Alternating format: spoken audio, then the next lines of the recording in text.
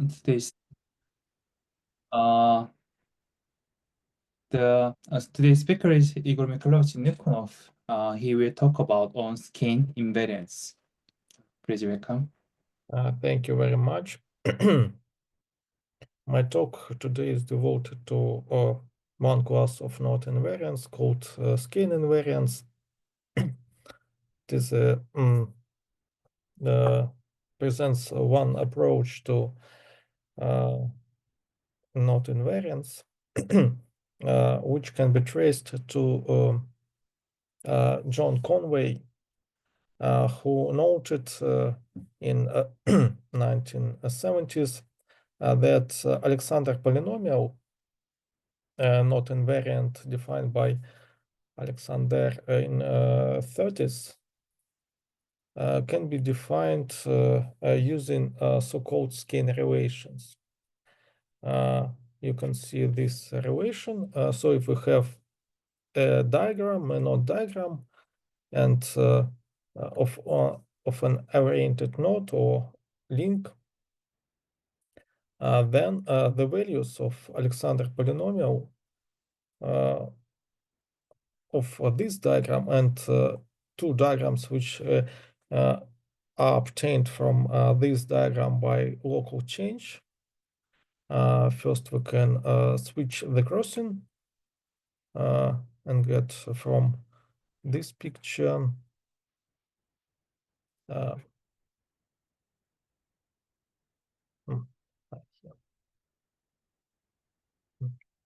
from this diagram, we can switch the crossing and get this diagram, keeping the outside part the same.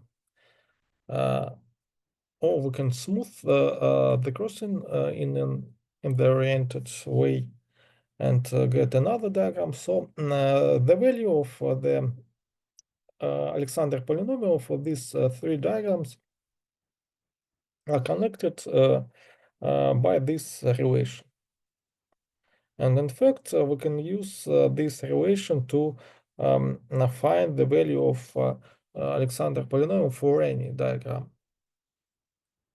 Because using this crossing switch, you can reduce the number of crossing or turn the diagram into a trivial one by switching the crossing. And if we have a trivial diagram, a diagram of trivial node on link, we can use this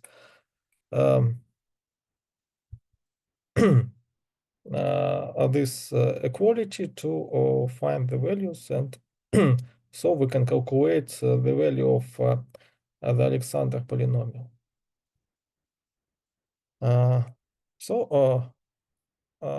Thus, the Alexander polynomial admits a combinatorial description by these skein relations.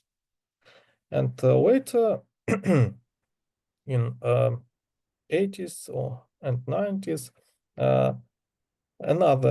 some other polynomial invariants were defined, like John's polynomial and Humphrey polynomial.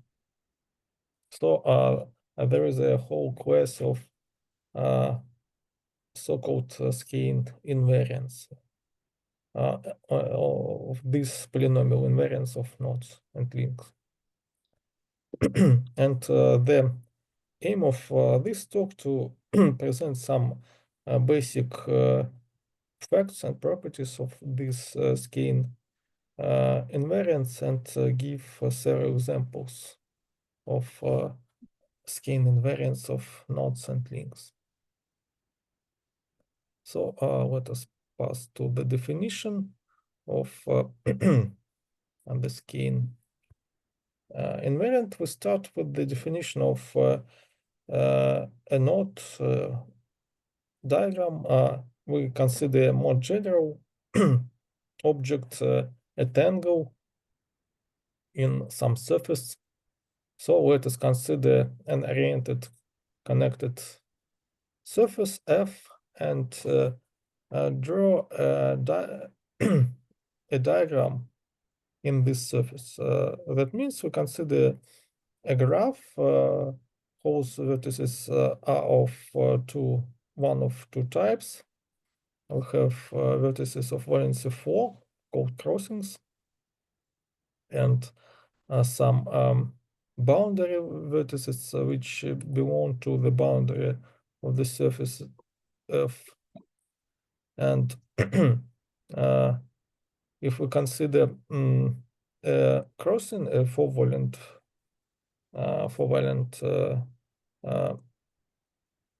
a vertex of the graph, we define some structure on this crossing. So in general, we will consider classical crossings where we denote one pair of opposite edges incident to this vertex as the overcrossing, which is drawn as a solid line, and another pair of opposite edges is called undercrossing and is drawn by a broken line.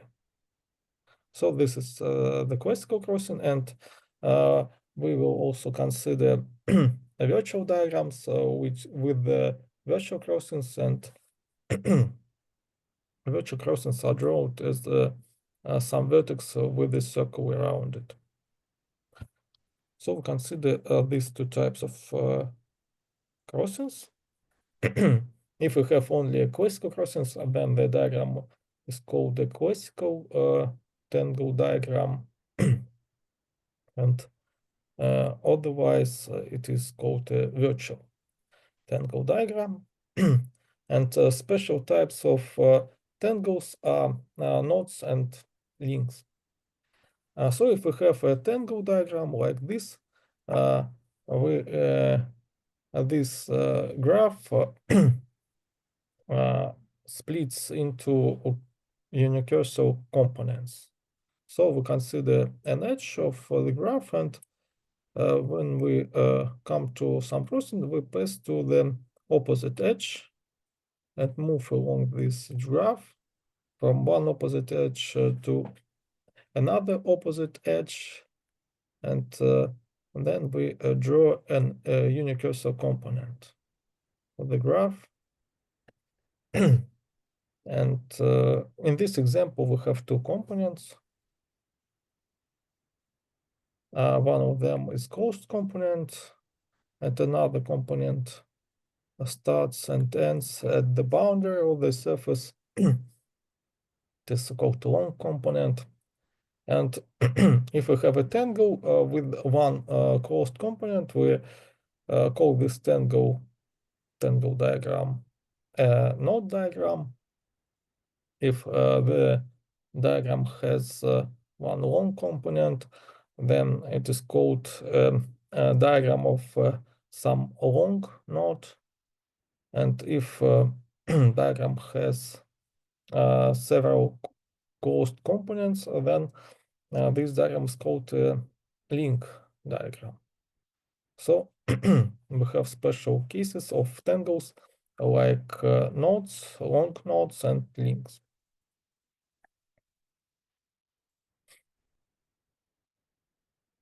And then if we have such diagrams, we can consider some equivalence relation on this diagram. First of all, we admit isotropy of the diagram in the surface, which is fixed on the boundary. And another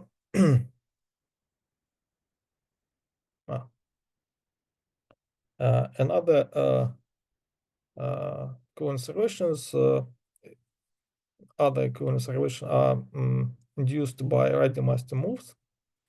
We admit we consider such three moves which change the diagram locally. We can add a small loop on the diagram. This is the first Rademaster move. Second Rademaster move add some two vertices by moving one arc of the diagram over another arc. And third element move is moving an arc,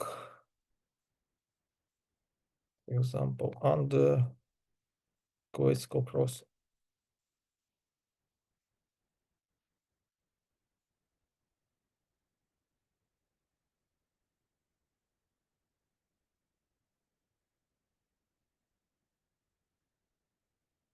So we have these three classical randomized moves and equivalence classes of diagrams modular isotopies, and these moves are called tangles or links or nodes depending on the type of the diagram. And then we can generalize these moves to and consider other types of moves beyond these three classical randomized moves. And in order to define a move, let us consider a special type of tangles called entangle. In this case, we consider a disk, and as a surface, our surface is a disk, and we have two n points on the boundary, a circle of this disk, and consider a tangle with this boundary. This tangle can be oriented or unoriented, and we consider the set of such entangles, Tn. And Tn plus denotes the set of tangles with orientation of its components. And here you can see an example of two tangle. We have a tangle with four ends on the boundary, and may have several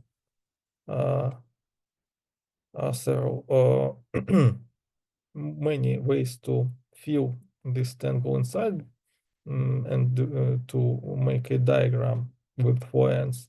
For example, you can consider this tangle or this tangle. Maybe something more complex.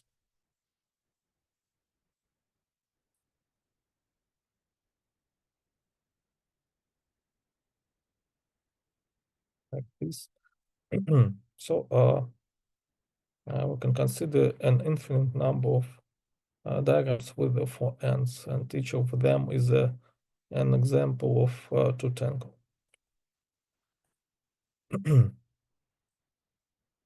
And then if we have an entangle and another entangle, that is, we have two tangles and tangles with the same boundaries, we can this pair of tangles induces a move, a local move. And a local move is determined by a pair of tangles. And if we have some diagram D, and we can find the part of this diagram which is homomorphic to the first tangle, T1, then we can just replace this part T1 with the tangle T2.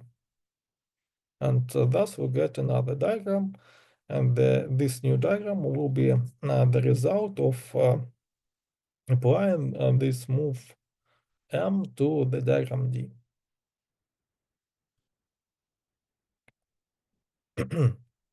So each move determined by a pair of tangles can be applied to different part of one diagram. So we should specify the place where we apply this move to the diagram. And then the result is well defined up to isotopy, local isotopy of the diagram.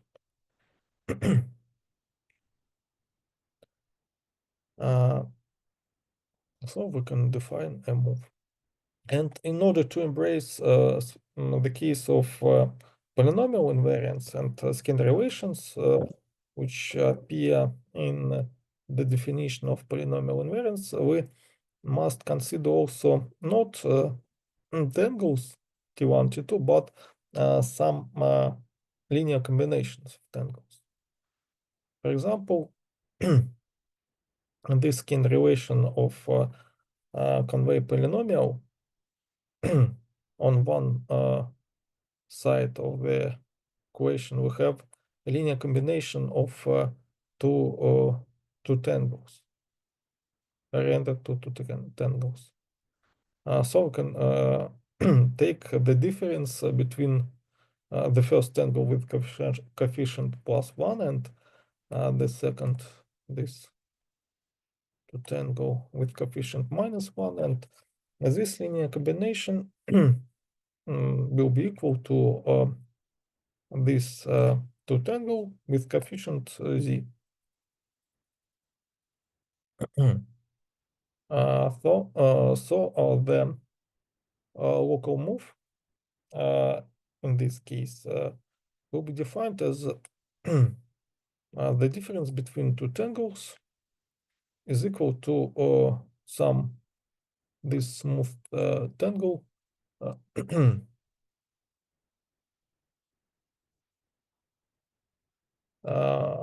with some coefficient z. So in general, we consider not just n tangles, but some linear combination with some coefficients of these local tangles.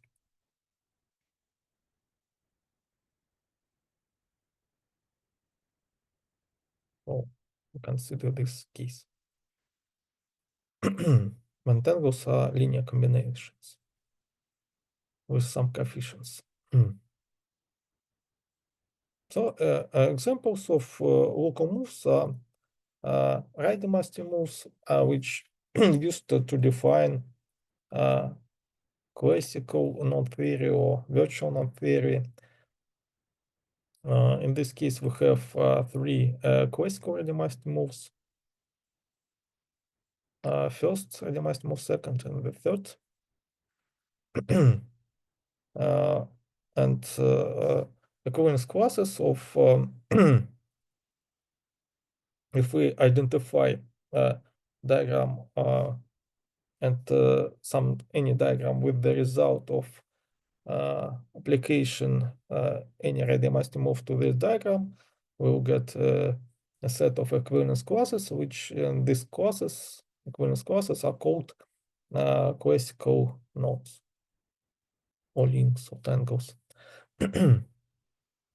And if we consider diagrams with classical crossings and virtual crossings and add to the list of moves classical right-dynasty moves and virtual right-dynasty moves, we get the theory of virtual tangles or virtual links or virtual knot if we have one closed component.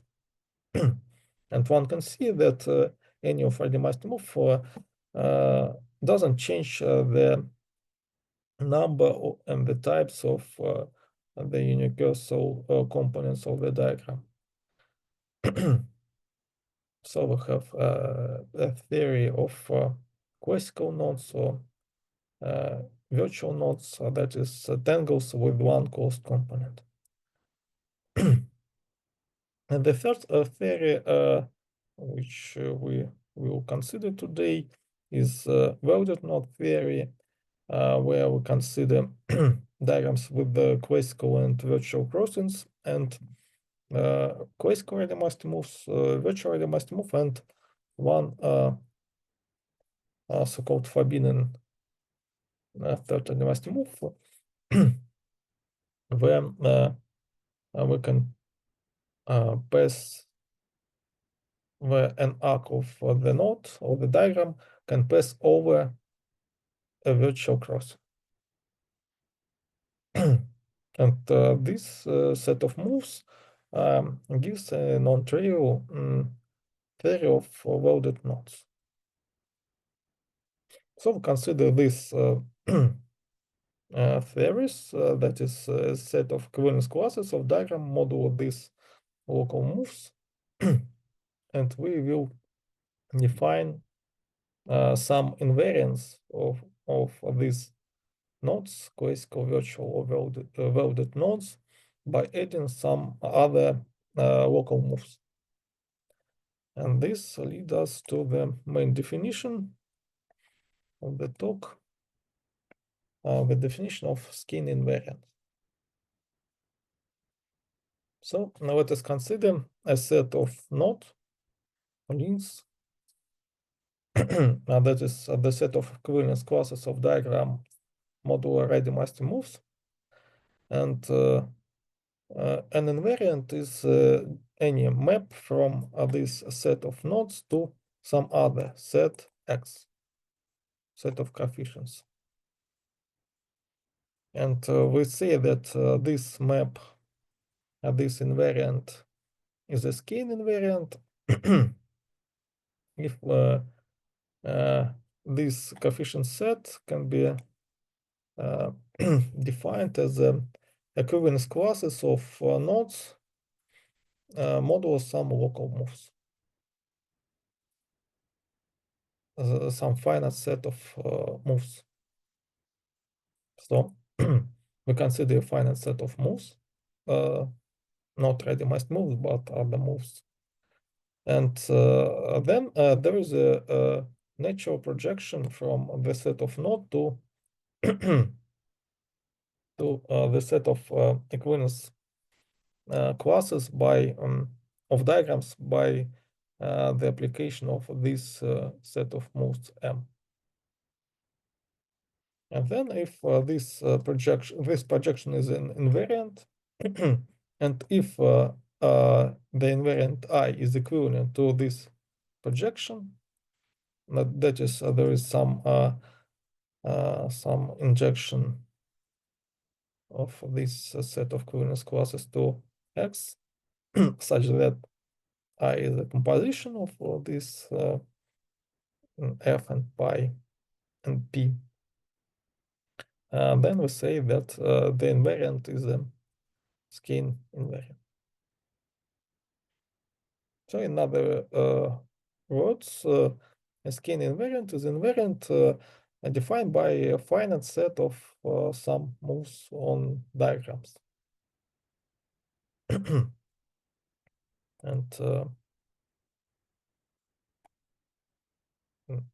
so this is some type of node invariance.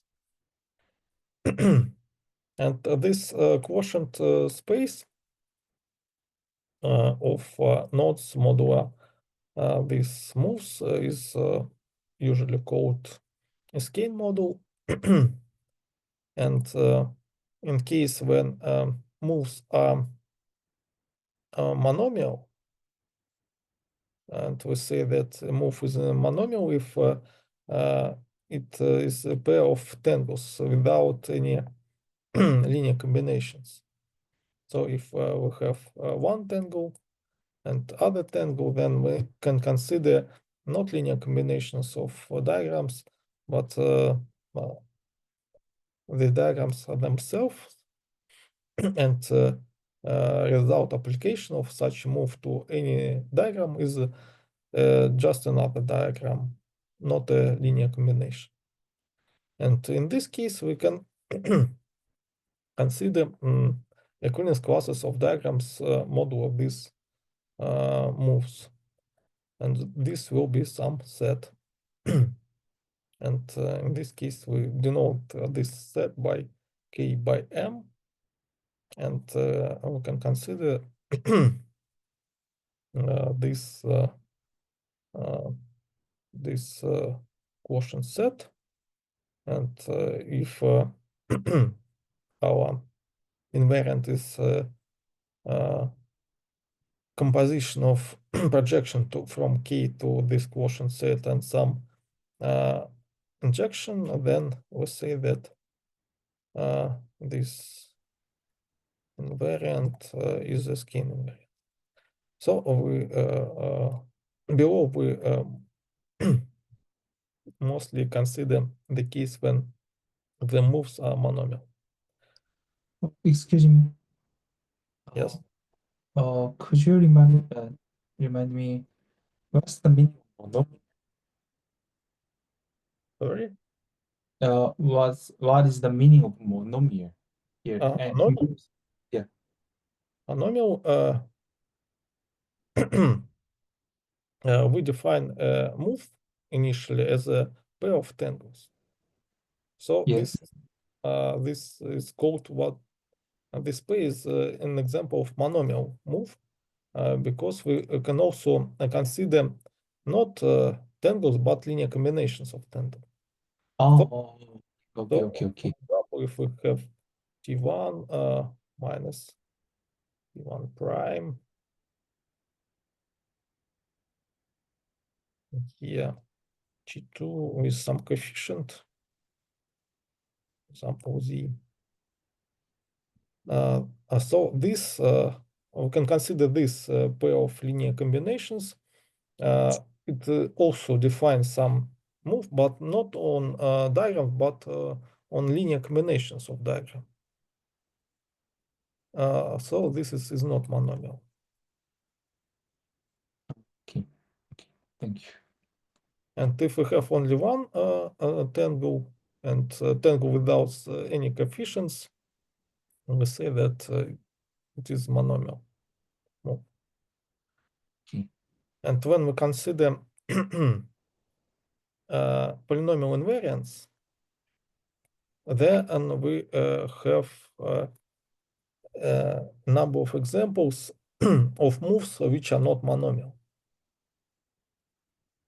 So here we have some linear combinations of tangles, some coefficients.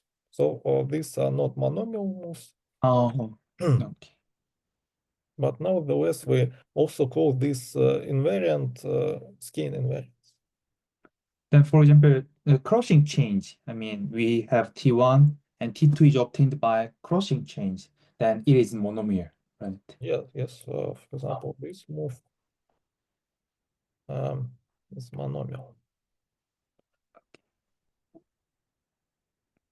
Crossing change. Yes. Thank you. So we have some polynomial invariants, which are skein invariants, whose moves are linear combinations with some coefficients. So we have such examples of skein invariant.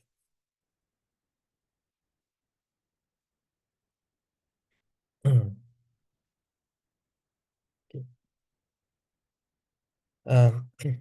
And then below we will consider not linear combinations on the left and on the right, but some tangles. So mean, in other words, monomial moves. So let us consider some basic properties of skein invariants. First of all, we can note that if we can consider not finite but infinite number of local moves, then we can make any not invariant a skein invariant in this sense. So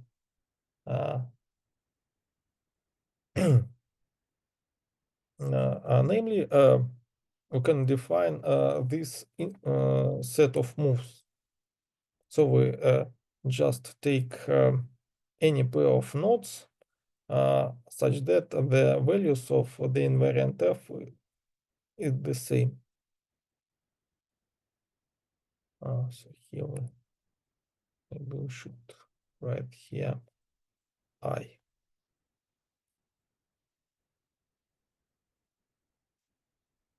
So we just take any two nodes with the same invariant value of the invariant, and just this move to the set of moves. And then automatically, when we consider the quotient space, K1 and K2 goes to the same equivalence class. And by definition, they will have the same value of the invariant. Thus, any invariant is a skein invariant with this set of moves. But the problem is here that the set can be infinite.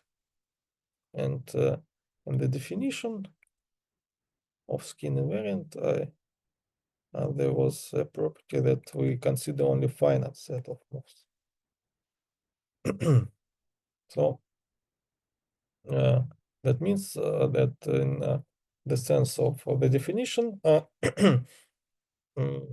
not all invariant are skein invariant.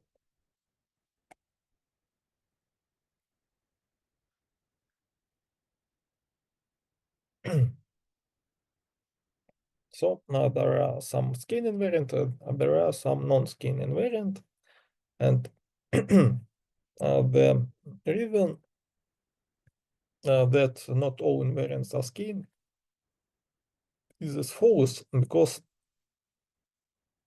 the set of nodes is countable. That means that the set of node invariants is continuous, is continuum. Continuum. But when we consider finite set of moves, this construction gives only a countable set of invariants. So the set of skein invariants is countable, but the set of all invariants is continuum. That means that almost all not invariants are not skein invariants. And here we can use some kind of counter diagonal construction to give a more concrete invariant example of non-skein invariant. So we consider all set of moves with a non-empty boundary, and then we just find a pair of nodes which differ by this local move, and just set different values of invariant to this pair of nodes. And this gives us an example of a knot invariant which cannot be skein, because for each move we defined this invariant to be incompatible with this move.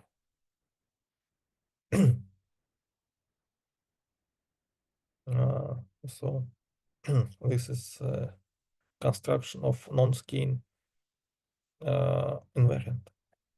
And so there are a non-skein invariant, and the main question of here is whether the known knot invariants are skein or not.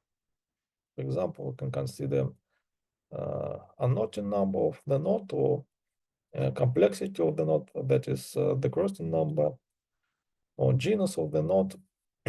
And can one find a finite set of moves which generate each of these invariants, or maybe these invariants are non-skein? This is one of unsolved questions concerning skein invariants. And on skein invariants, we can define several relations or structures. For example, if we have a move, we can define each order, its order. And that is the number of ends of tangles which define the move.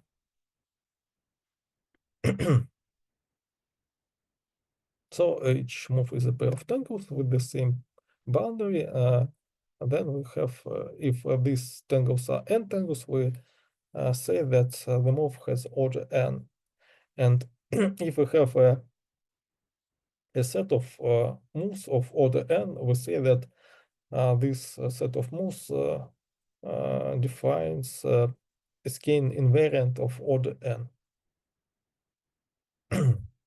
So we can define the order of skein invariant by this way. And let us consider skein invariance of small order.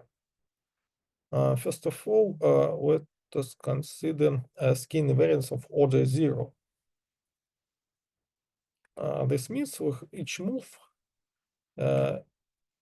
replace a tangle which has empty boundary, and this means we have some classical link in a disk, and replace this link by with another link in this disk.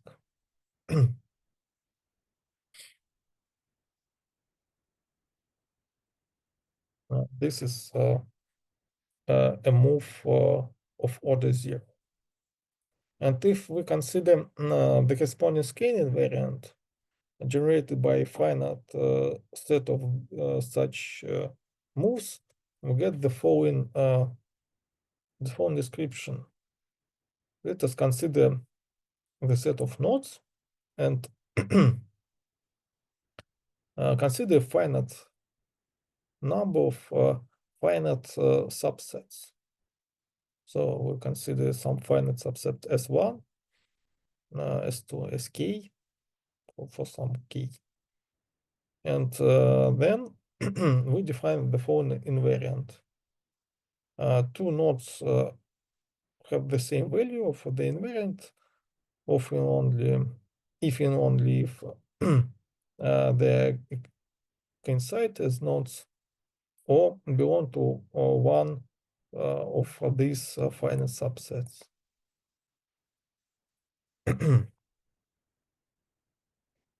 And this is a description of all skein invariants of order 0.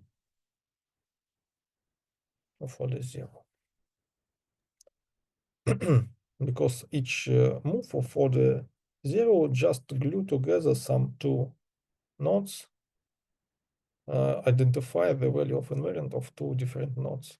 And if we apply a finite number of such sets, we get some this structure.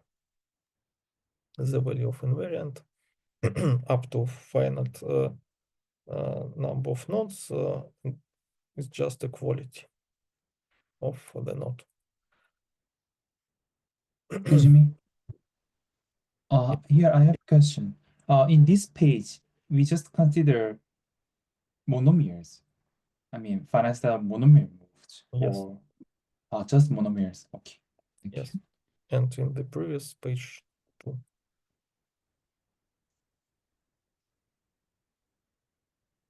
Here and here we can consider only monomial moves.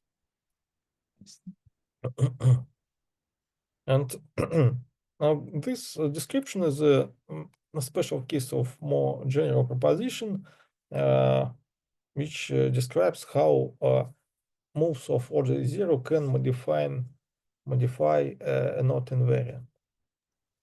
So if we have a finite set of moves, we can exclude the moves of order 0, and we get some subset of moves. And this subset of moves defines some skein invariant. And if we then add some moves of order 0, we just glue together the value of this skein invariant.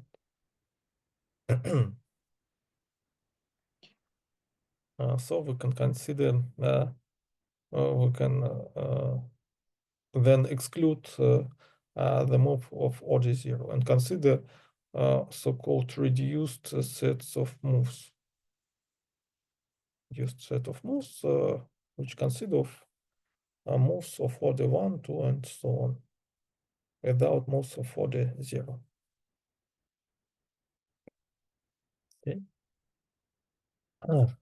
So let us assume we have some reduced skein invariant, and that is without moves of order 0. And then this skein invariant is additive. As additive, that is, we can define some operation, sum operation on the set X, so that the value of the invariant applied for a connected sum of two nodes will be the sum of the value of invariance for each of the summoned.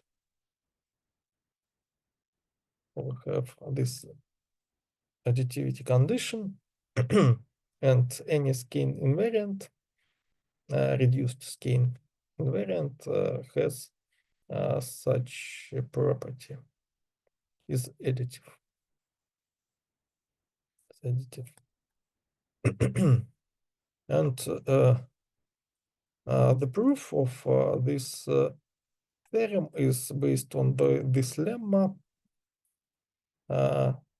If we have two diagrams which are equivalent by the set of moves M, reduced set of moves, then if we add some nodes, K prime, then we have the equivalence of these sums. And the argument is as follows. If we apply some move, T1 replace to T2, then we have some diagram here.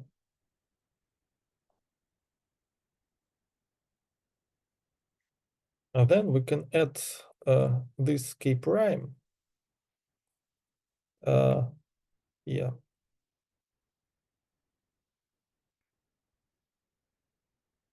Outside the move, outside these tangles, T1, T2.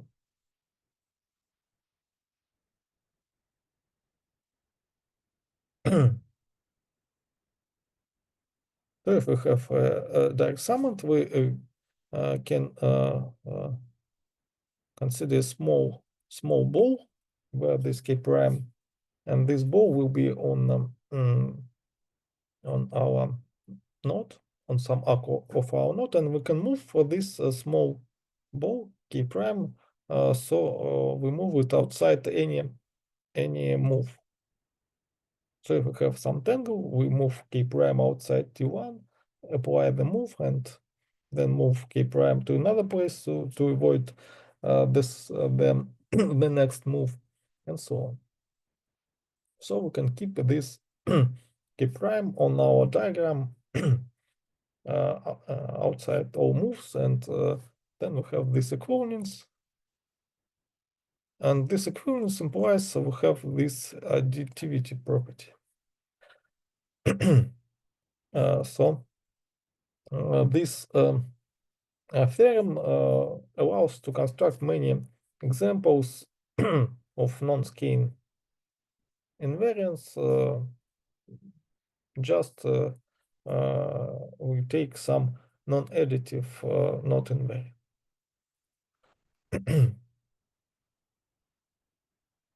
And if we restrict ourselves to additive not invariance, then we also have a continuum number of not invariance, of additive not invariance. This means that almost all additive not invariants are not skein invariants.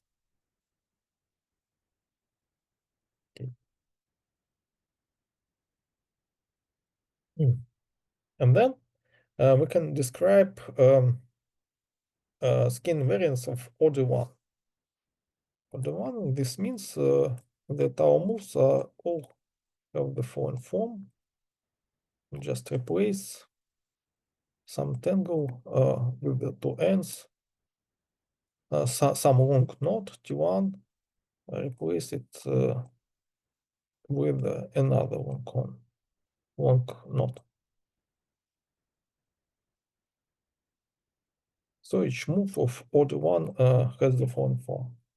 One long knot is replaced by another long knot. And this means then if we define skein invariant of order 1 on knots, we can use the composition theorem that any knots splits into prime knots which are determined up to permutation, and this means that we have almost the same situation as for skein invariance of order 0. Here we have an infinite number, countable number of prime knots, and each move of order 1 just includes only finite number of prime knots. So if we have a move T1 replaced to T2, T1 is the sum of some prime knots, finite number of prime knots. T2 is the sum of another finite number of prime knots, and we just replace one finite sequence of prime knots to another finite sequence. And this means that we can describe any skein invariance of order 1 as follows. We just acts on the set of prime knots, and invariant assign some value to prime knots. And so we find a finite subset in this set of prime knots and define some invariant value on this finite subset, and the rest, the other prime knots form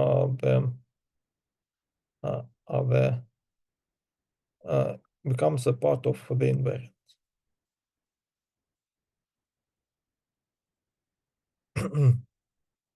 So if we have a knot which splits into prime knots, then we take some finite subset of these prime knots and calculate some invariant of this finite set, and take the rest part of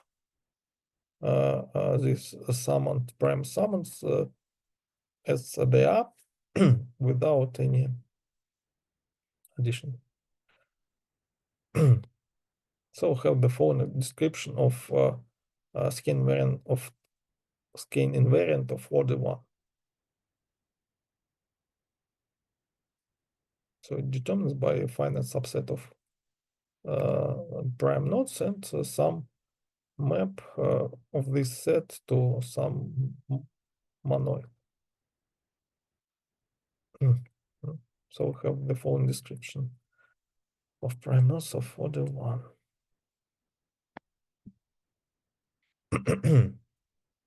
And then if we goes to skein invariance of higher order, we have the following proposition that we have this filtration.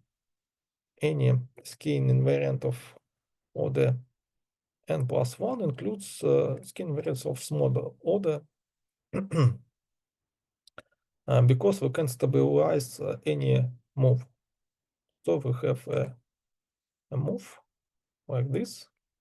We just add a trivial arc to all these two tangles T and T prime and get a move of order n+1. And these two moves are equivalent. because if we have this move on the left, then we can apply the move to this part and get the move on the right, the stabilized move. And on the other hand, so now we have this move implies the stabilized move. On the other hand, if we have the stabilized move, we can close it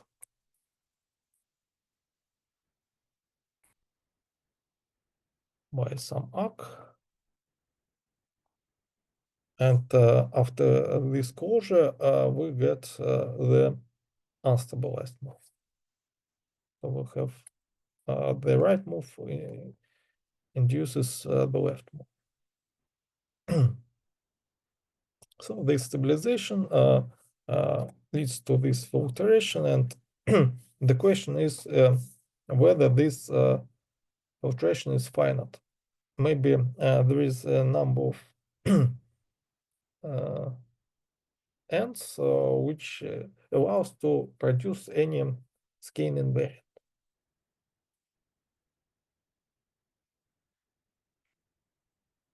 But maybe this sequence doesn't stabilize this, doesn't stabilize, and then we get we should have example of skein invariant with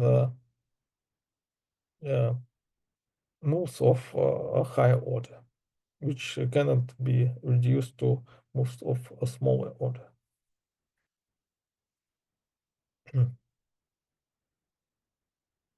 Another structure on skein invariance is order. Order, now we can compare any two invariants. And in some cases, one invariance can be expressed as a composition of another invariant with some map. So if we have some invariant I and I prime, in some cases, I is a composition of I prime with some map F. In this case, we say that the invariant I prime is finer than invariant I, and invariant I is weaker than the invariant I prime. And we can define an analogous relation on the set of moves. I would say that one set of move for M prime is finer than set of move M if any move from M prime can be expressed as a sequence of moves from M.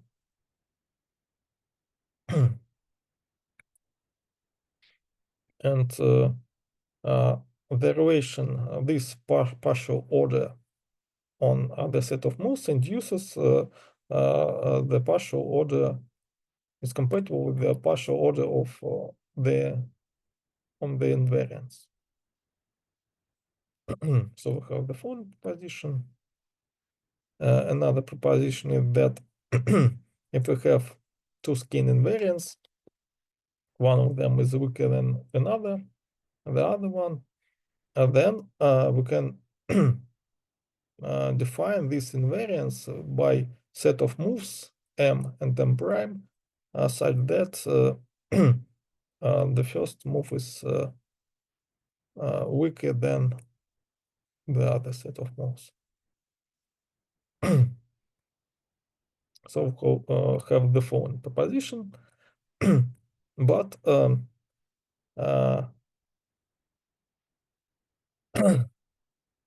it is not true that if we have two skein invariants, one of them defined by a set of moves M and another by a set of moves M prime, then it's not necessary that M prime is finer than M, because we have the following example. We can take cross and change move,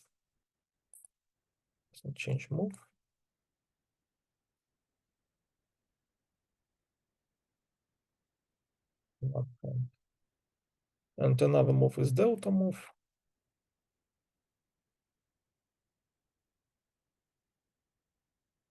Look like delta move is looks like third randomized move, but we have the following check.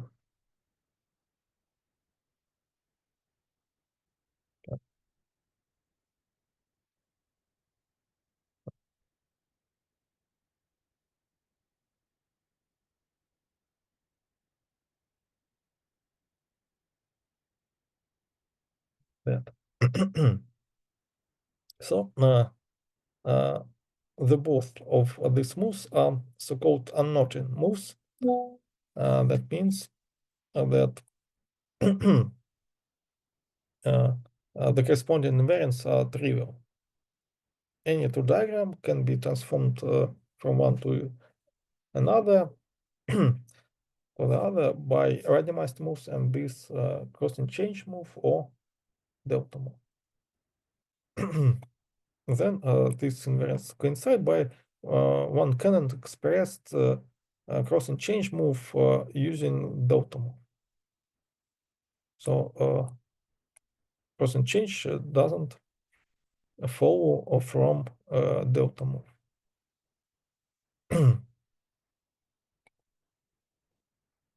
So we don't have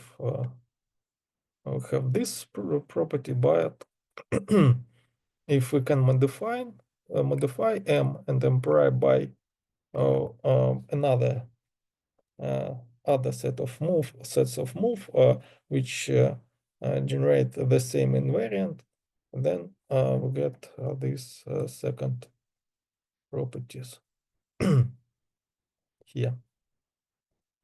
And another remark is that the set of skein invariants from so-called semi-lattice, because we have the operation of the union of the set of moves which produce wiki invariant. If we have a set of skein invariants, and then we can take the union of the corresponding sets of moves and get a skein invariant which is weaker than each of the original skein invariants. And this is some operation which is called Lower semi-lattice operation. Now let us pass to set of example, and there are many moves which lead to trivial invariant. These moves are called unknown moves. So one can transform any node diagram to a diagram of trivial node using this move and randomized moves. And the examples of unknown moves are crossing change,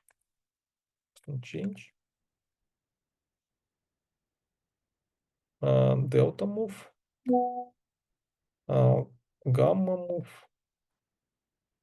this sharp move, H move, N1 move, and diagonal move. So there are many examples of moves which can unknot any diagram.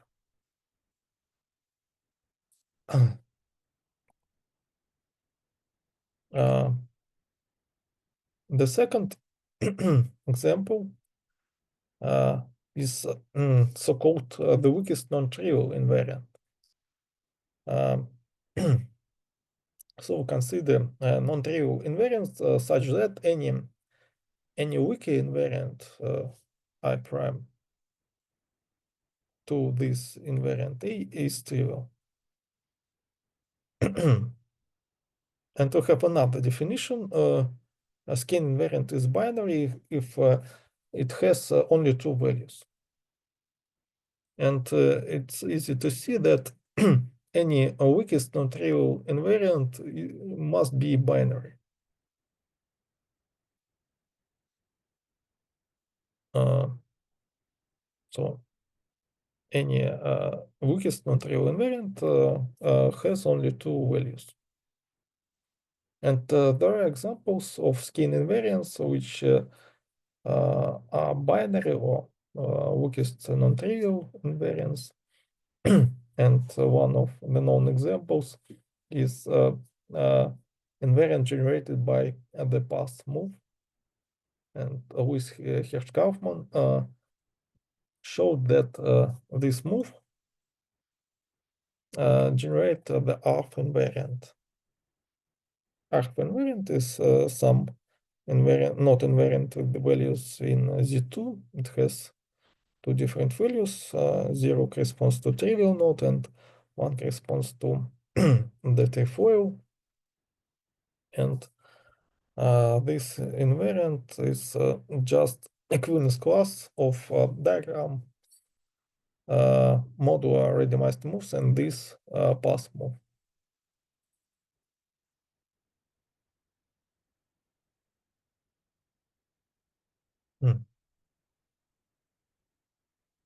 The second example of skein invariance is called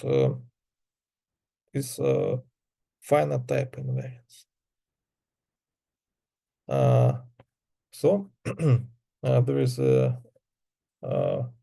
well-known theory of finite invariance, which includes considering single diagrams, diagrams with double points, where we have the following Vasiliev identities, Vasiliev relation.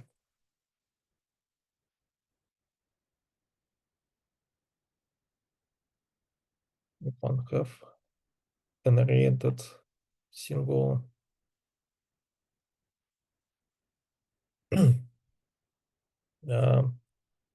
diagram. Then one can resolve the single crossing by in this way, and one says that then if one have a node invariant using this relation, one can extend the invariant to single nodes, and a node invariant is called finite invariant if its value on diagrams with some fixed number of single crossing n is 0. So, for example, if we extend the invariant to single nodes with 100 crossing and all the value of this invariance on all single nodes with 100 crossings with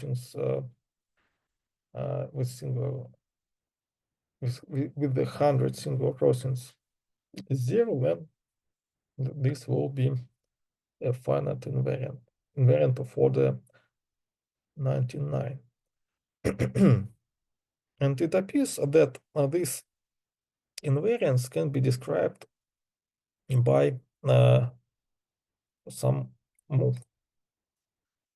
Namely, we have the following theorem proved by Khabirov and Gusarov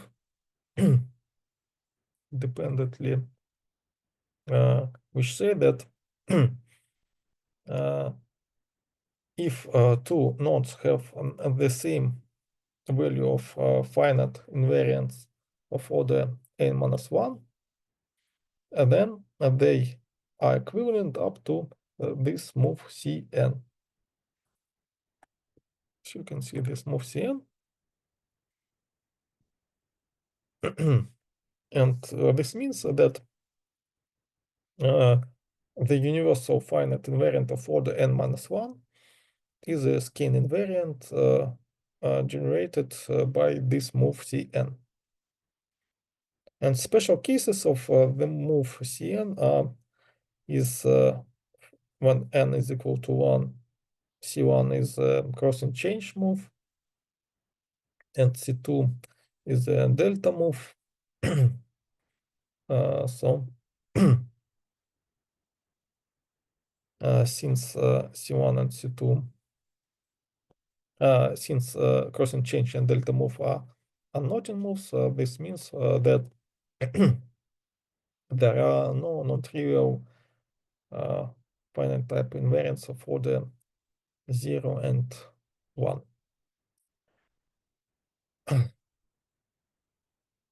So finite type invariants are examples of skein invariants.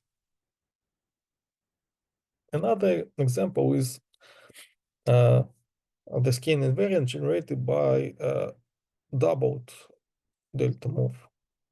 So if we have the following double delta move, and then the corresponding skein invariant is expressed as so-called S equivalence of nodes.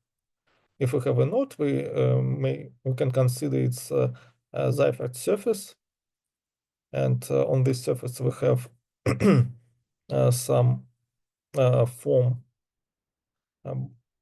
bilinear form on the first homology group of this surface, and the matrix of this form is Seifert matrix of the Seifert surface.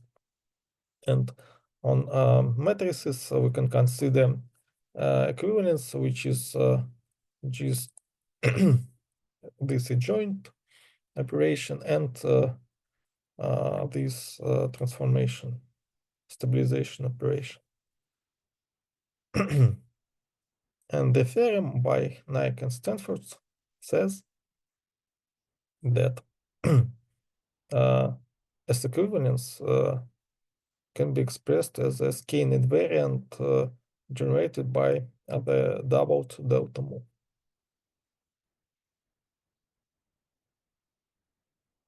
So we have this example of skein invariant. And there are a number of skein invariants of welded links proposed in the paper by Odo, Bellingeri, Mehan, and Wagner.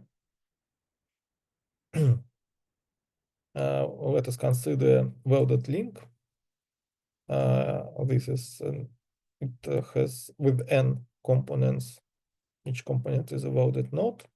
Then for each pair of component ki and kj, one can define the linking number between this component by considering only classical crossing, where the component k1 goes over the component kj, and the sum of signs of such crossings is the linking number. And when I is not equal to j, then this linking number is an invariant of welded node, welded link. And in welded case, this linking number is not symmetric. This means that the number for ij is not equal to the number ji. So we have such a number of linking numbers, and this matrix is not symmetric. Let's consider these moves. Move f, it is similar to the forbidden move. Virtual constant change, and this move WBP. And one can describe the skein invariants generated by each of these three moves. And the answer is as follows. If you consider the move f, then the corresponding skein invariant is just the matrix of linking coefficients of components of the link. The virtual crossing is this symmetrized matrix of linking numbers. Crossing change move on welded links and give us the following invariant skew symmetrized linking number matrix of linking numbers. And this move WBP. The response skein invariant is just some symmetrized part of the linking matrix modulo Z2 with some additional component, also modulo Z2.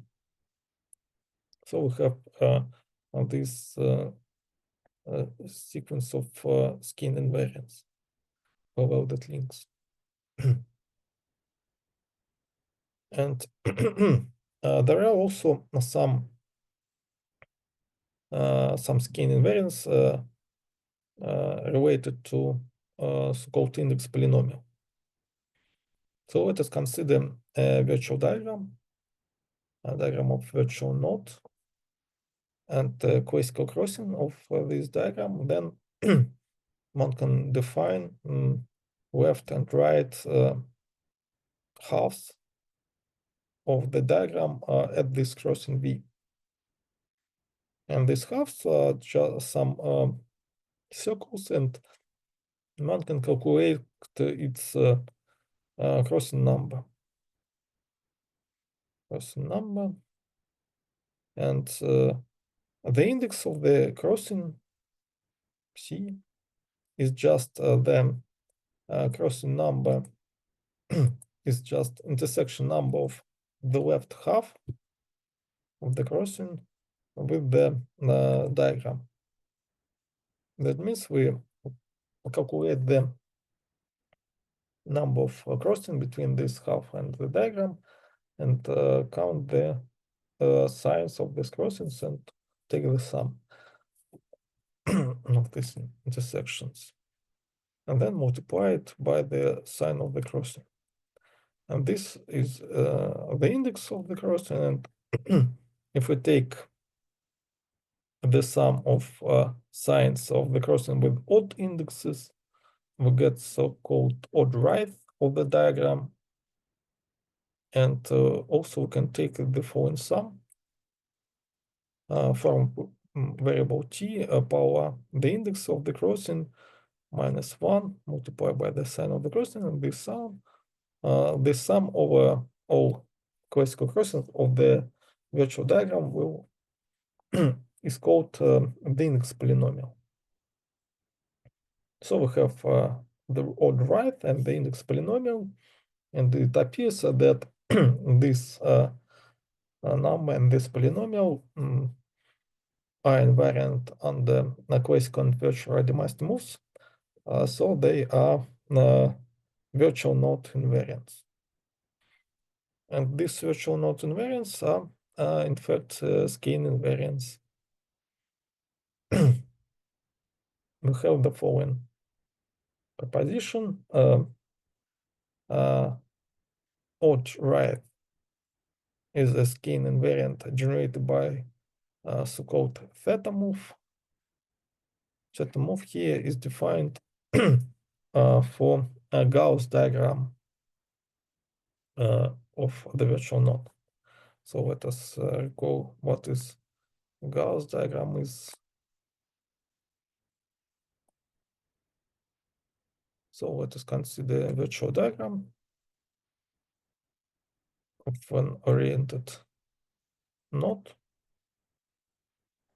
We choose some point which is not a crossing on the diagram, and draw a circle where we also mark a point. Then we start goes along the diagram and simultaneously goes around the circle, and mark the moment when we pass over classical crossing. So we first pass over the first crossing, then we goes to the second crossing, then we go first crossing and second crossing. So we move along the circle so that when we move around the diagram, we return to the original point on the circle. and mark the moment when we pass over through classical crossing of the diagram. So we have these marks on the crossing, and then we connect the marks which correspond to the same crossing of the virtual diagram. And then we add orientation from overcrossing to the undercrossing. Then we have the point orientation, because we first pass the undercrossing, and here also undercrossing. We have an orientation and some signs on this code. These codes here we have positive crossing, so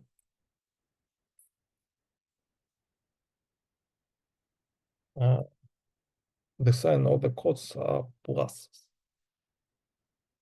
So then we get this code diagram where codes are oriented and have some signs. This is called Gauss diagram. The Gauss diagram of the virtual diagram.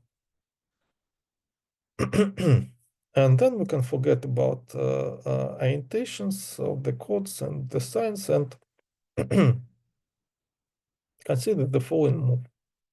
If we have on the circle 3 codes with the consecutive ends, then we can just put the ends in the reverse order and get some new code diagram. And here the orientation of the signs is not important. We just keep the orientation of the sign of the codes. So, for example, if we have the following orientation,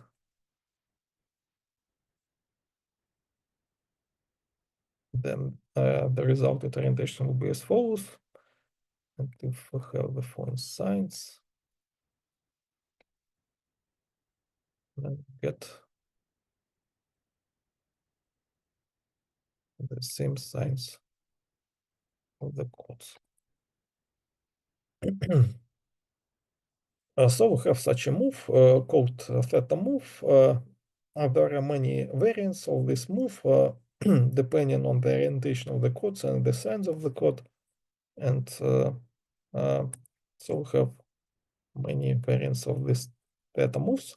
Nevertheless, this move transforms the Gauss diagram and transforms the corresponding virtual diagram.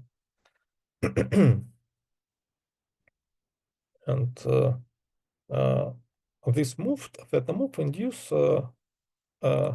defines some skein invariant, which is equivalent to the odd right of the virtual node. And if one consider shell moves S1 and S2 shown here, then these two moves generate skein invariant equivalent to the index polynomial. So these invariants are skein invariants.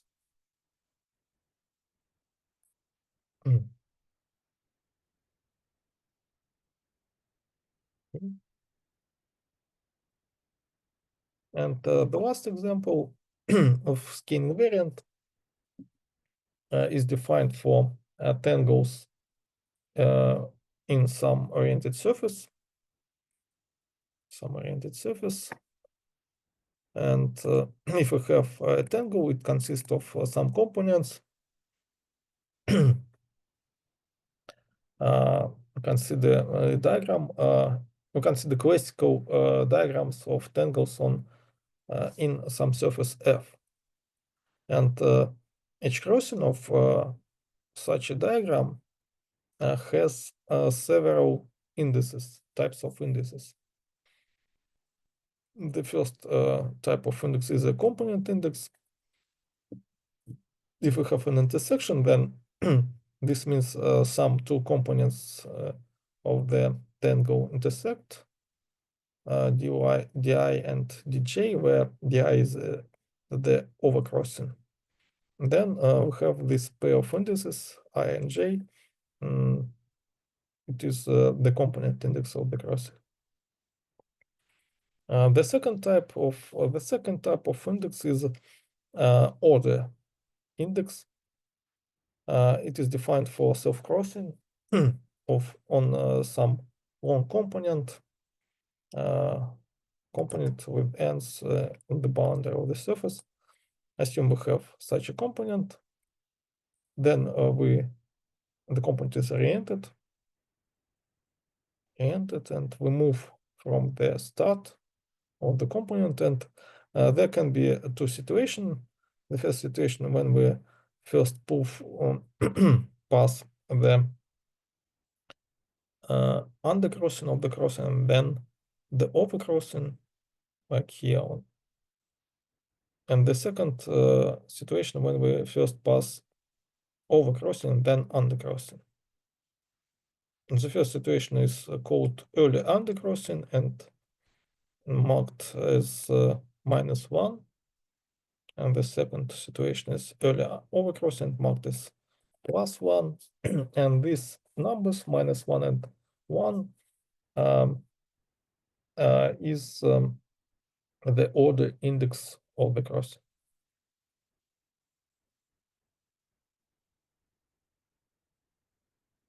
And the third type of index is so-called homotopy index. Its definition depends on the type of the crossing. If the crossing is a self-crossing on some long component, when we consider then oriented smoothing of this component, the crossing gives some loop, and then we pull this loop to the starting point of the component. Then we get a loop with the base point starting point, and we consider its homotopy class of this loop. If we have self-crossing on some closed component, then we choose some point on this component, move to the crossing, and goes along right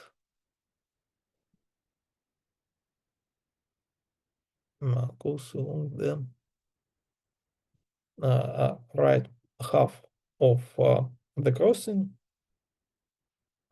of the diagram of this crossing, and return to our base point, and we get some loop of this some loop corresponding to the half at the crossing V.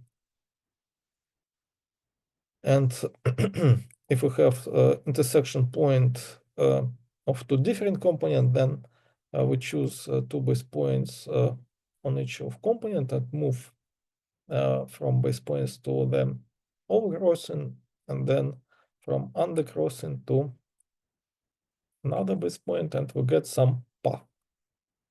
And we get the homotopy type of this path. So the homotopy index is some homotopy class with base points corresponding to base points of two different components, or with one base point on one component.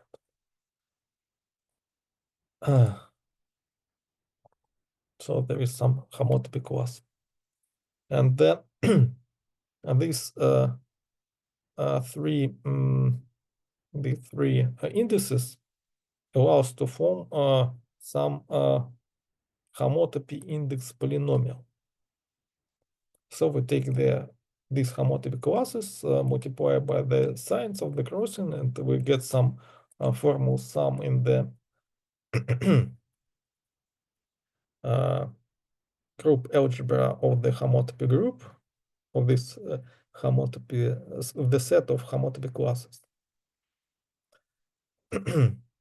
And we take these sums, and each sum corresponds to, we can divide this sum of homotopy indices for each component type of the crossing, or for different order index of the crossing. So we get some sequence of this linear combination, LK tilde LK. And then we add to this sequence the sequence of homotopy classes of the components. So we get this number of homotopy classes and the sums of homotopy classes. So this index polynomial, and we consider this sequence up to action of homeomorphism group of the surface.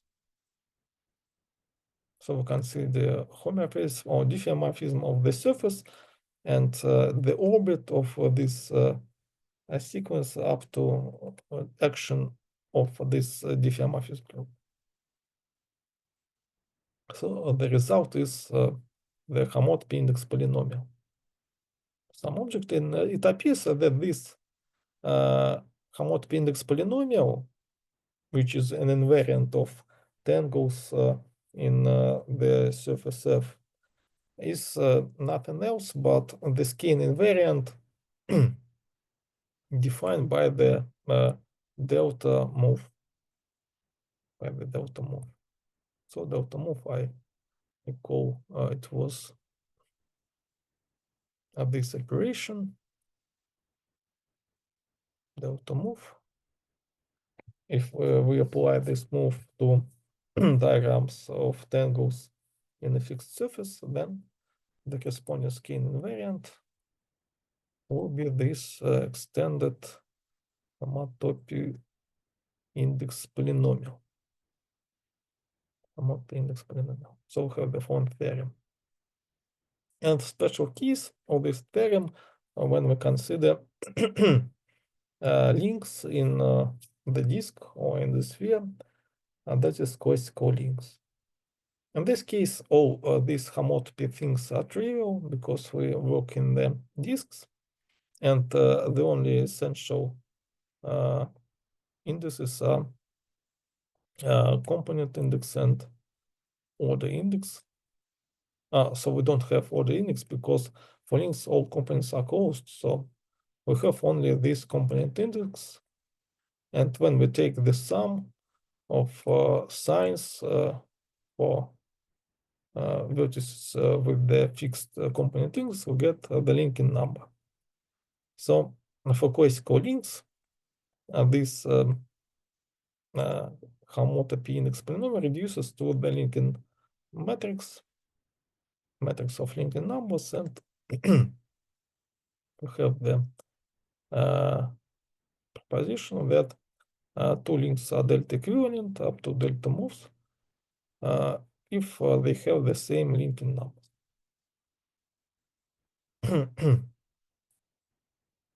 And maybe I skip the proof of this theorem and pass to some questions concerning this skein invariance. So the main question is whether the known knot invariants are skein or not. For example, not in numbers. We know that the polynomial invariants are skein invariants, and finite type invariants are also skein invariants. And what about this? For example, classical invariants, or maybe some things like Havanov homology, some homology invariant. Are they skein invariants or not? Another question is whether the this filtration of skein invariance stabilizers. Is it if there exists a number so that it is enough to consider only moves with the fixed number of ends to produce all skein invariants, or maybe it is not true. And there are a number of moves which can unknot any diagram and produce trivial invariant. And one question is to describe such moves which can unknot any diagram. And related question is to describe the weakest non-trivial skein invariants. Are there any examples other than pass move, which produces ARF invariant? And and we can also consider another filtration on the set of skein invariants by the number of moves. So we can consider invariants generated by one move or by two moves and so on. And we'll have another filtration of the set of skein invariants, and one can ask which invariant we can get if we consider only one move or only two moves, and that this sequence stabilizes or not, and so on. So there are many open questions concerning skein invariance, and maybe some of you can be interested by this question and answer some of them. So thank you for your attention. Are there any questions or comments? Thank you very much. I have one question. For the additive invariant case, is it possible to make it, case theory things? Case theory, quadratic completions. We can make monoid, commutative monoid to group, right? Can you consider such kind of thing for additive invariants? Additive invariants.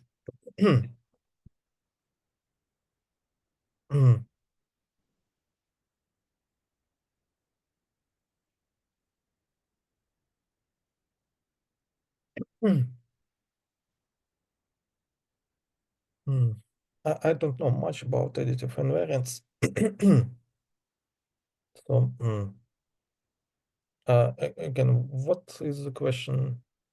Oh, yeah, here we additive invariant means the values of that invariant Yes, are in the commutative monoid, right? yes. Yeah. Then if we have a commutative monoid, then we can make it abelian group. Yeah. Yeah, Yes. as we make natural number to integer things. Can we do such kind of thing with this invariant? I mean, we can we extend this additive invariant to such a abelian group?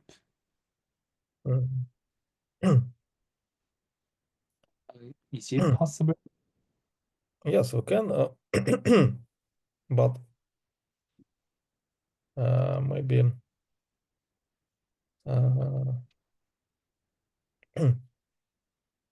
when we pass from monoid to the corresponding abelian group, then we have some map monoid, and in some cases, if this map is not injective, then we get some wiki invariant.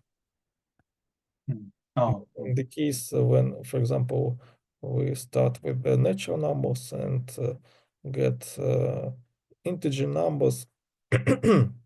Then the map is injective. Then we get an equivalent invariant. Nice. So here we essentially don't have any essentially new invariant, but some quotient of this additive invariant.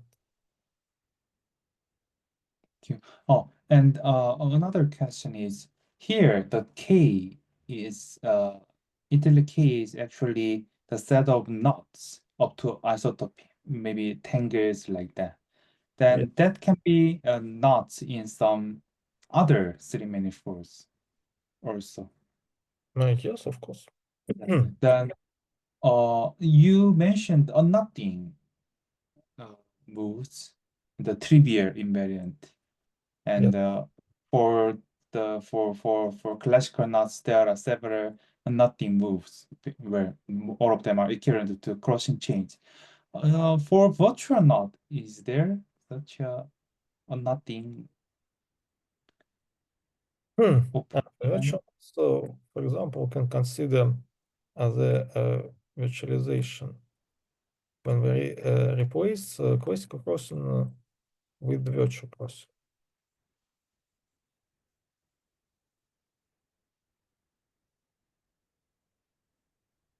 Oh, yeah. In Yeah, virtual case, we have the phone operation. yeah, there's okay. Okay. Thank you very much.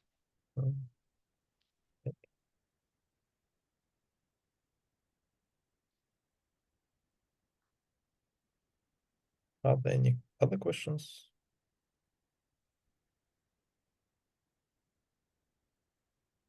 If not, thank you for your attention. Thank you very much. Thank you very much.